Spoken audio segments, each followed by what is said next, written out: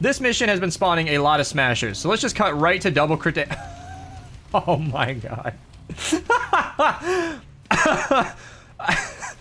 What the You know, I talk about this weapon being one of the best in the game, and I'm sure you guys tune me out nowadays because, you know, YouTuber says best and you just ignore me, but oh my god, it's not from nowhere. Today we're going to be showcasing the Husk Buster. This is one of the strongest weapons in the entire game. Seriously, in my top 10 weapons video, I ranked it very, very highly. I've also showcased this weapon before on the channel, so links down below to those. And we're going to be running double crit damage and crit rating crit damage. I'll be switching off between the two copies during my recording, and we're going to be running a very basic shotgun loadout. Buckshot Raptor because critting hard is fantastic. Totally rocking out because critting more with Buckshot Raptor is even better. Battle Beat just to activate it, of course. Subway for so we can activate it on command. That's extremely important with a double crit damage copy. And then Eternal Wanderer, I just have to use her. She is so good. That double stamina is fantastic for getting around the map. It is way more important to me than like a minor damage bonus that we would have gotten from like Rex Jonesy or something. It's worth it in my opinion.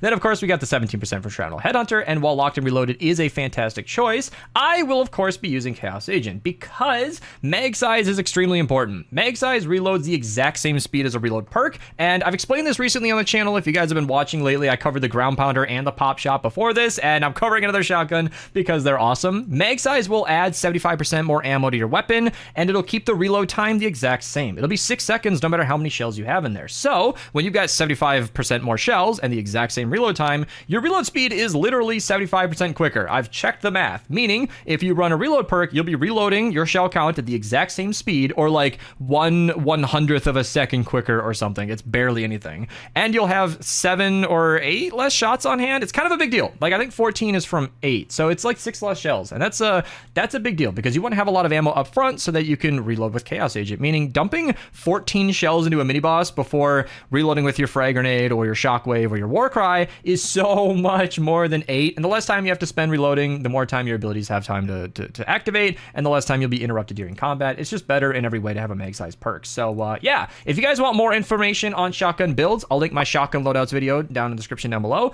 This is just what I'm using today, and while I do consider this to be fairly ideal and pretty much figured out as far as shotgun goes, I understand that not everybody has these heroes available, and that video explains some alternatives that you can use or things that you can consider if you're running a slightly different type of shotgun. So with that said, without any further ado, let's hop in game and have some fun. Hey, we're sneaking in another trap guide like I did with my Ground Pounder video. If you're only here to watch shotgun destruction, I do timestamp these, so you can skip ahead. I'm sorry if you're eating food or a sandwich right now and you can't access your keyboard. Maybe your elbow can hit the L key on the keyboard. I don't know, but I know some people like to see how traps go down, so let's talk about it.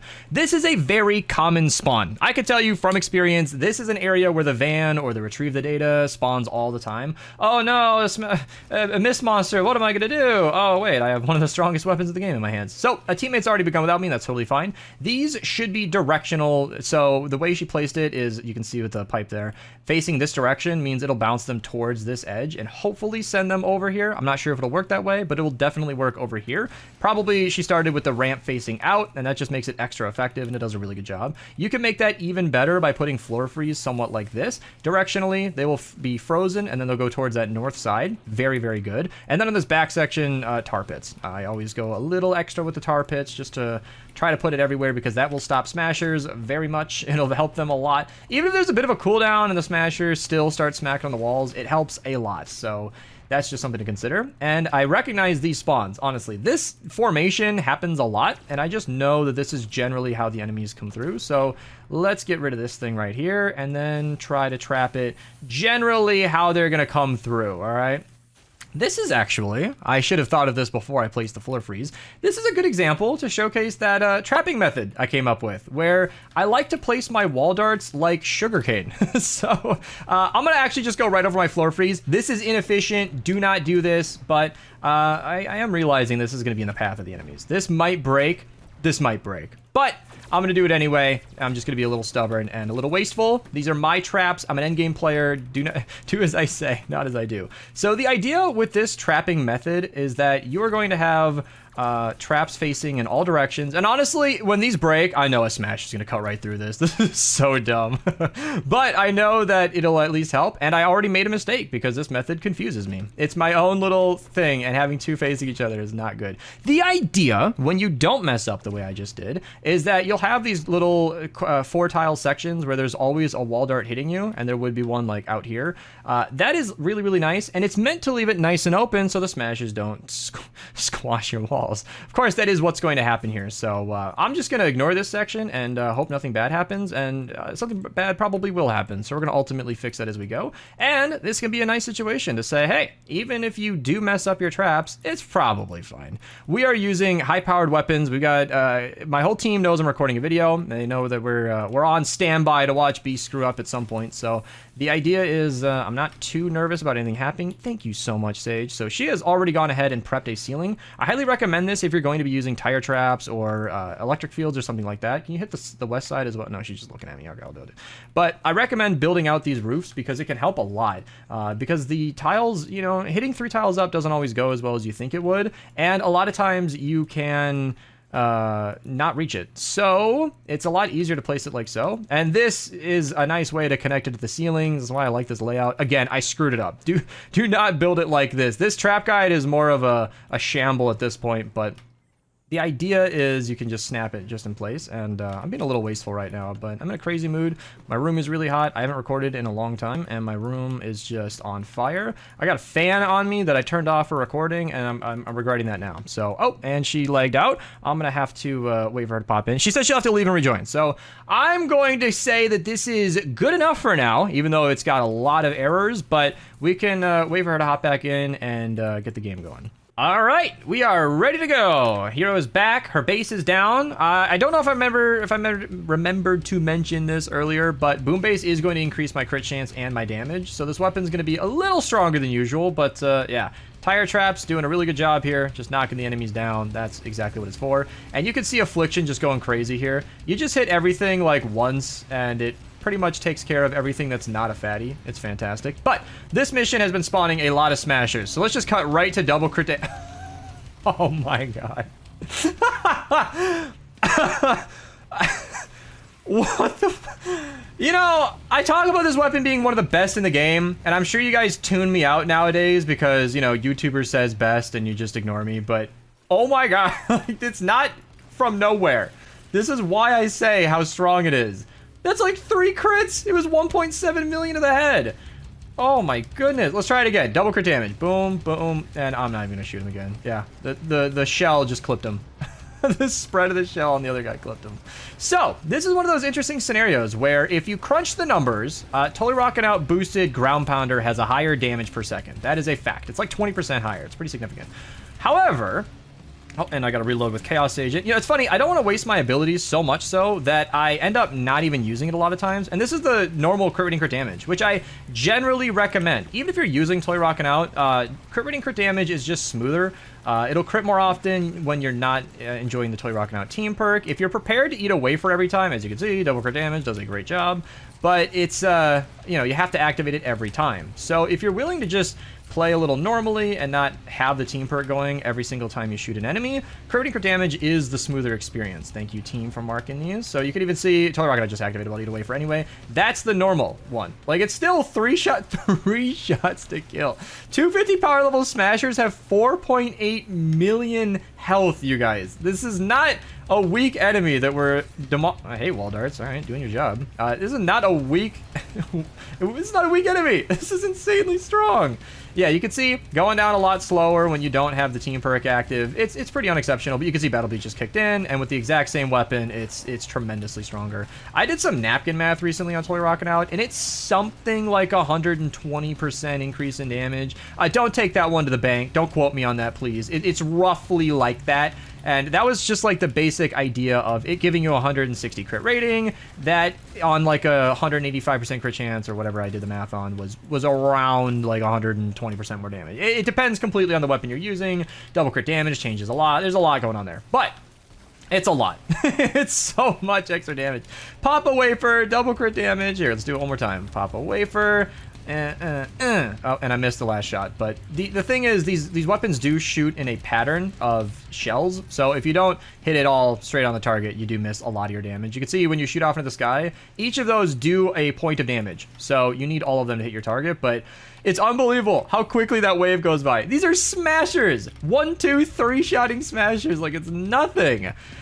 If this mission behaves the way that it did in my ground pounder and pop shot video, we should be seeing flingers on this wave. And I haven't noted it until now in this recording, but I am using a lower volume because Boom Bass is bugged right now. So we're enjoying the extra damage, but it makes everything very, very loud. So I've turned my audio down, and I hope it's not too big of a deal hearing quiet shotguns. But yeah, shielders, kind of a problem. Shockwave helps a little bit. Mini boss should be spawning in about 30 seconds here or so. Usually it's around the 2.5 to 3 minute mark in these missions. And is that just a smasher spawning out here? I'll take it.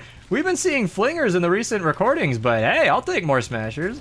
And then it looks like my copy is about to die. I did prepare an extra one, and this is a ground pounder that's physical, doing a little bit less because it's fire.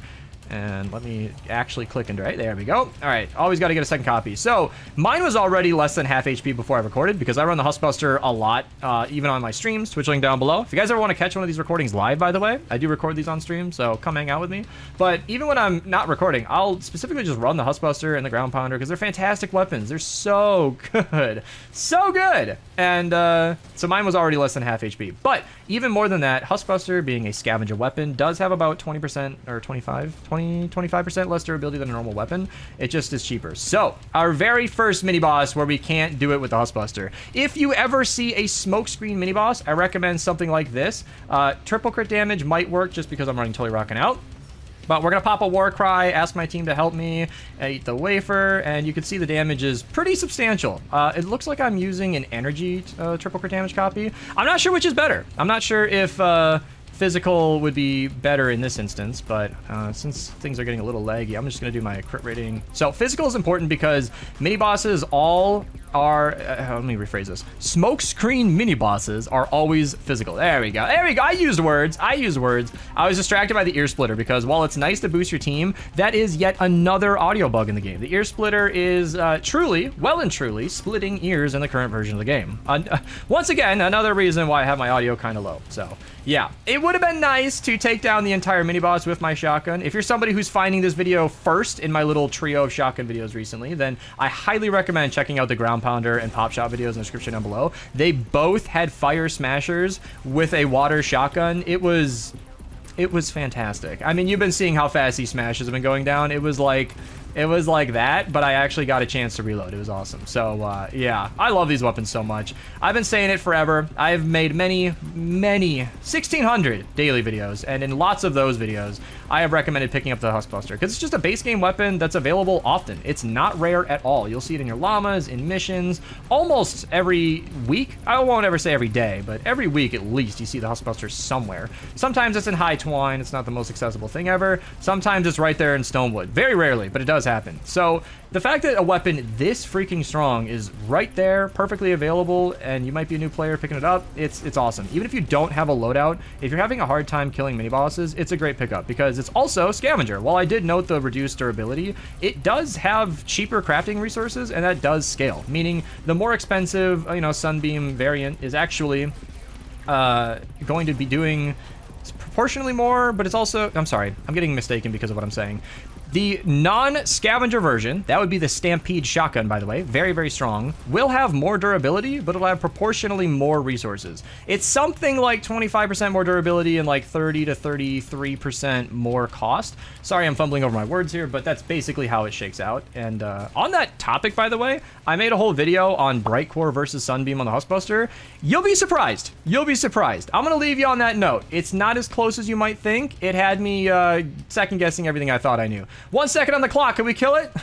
Yup.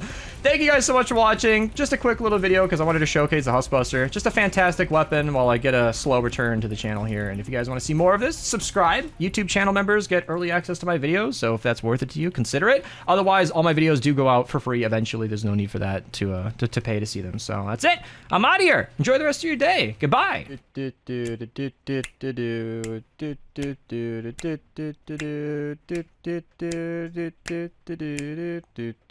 And then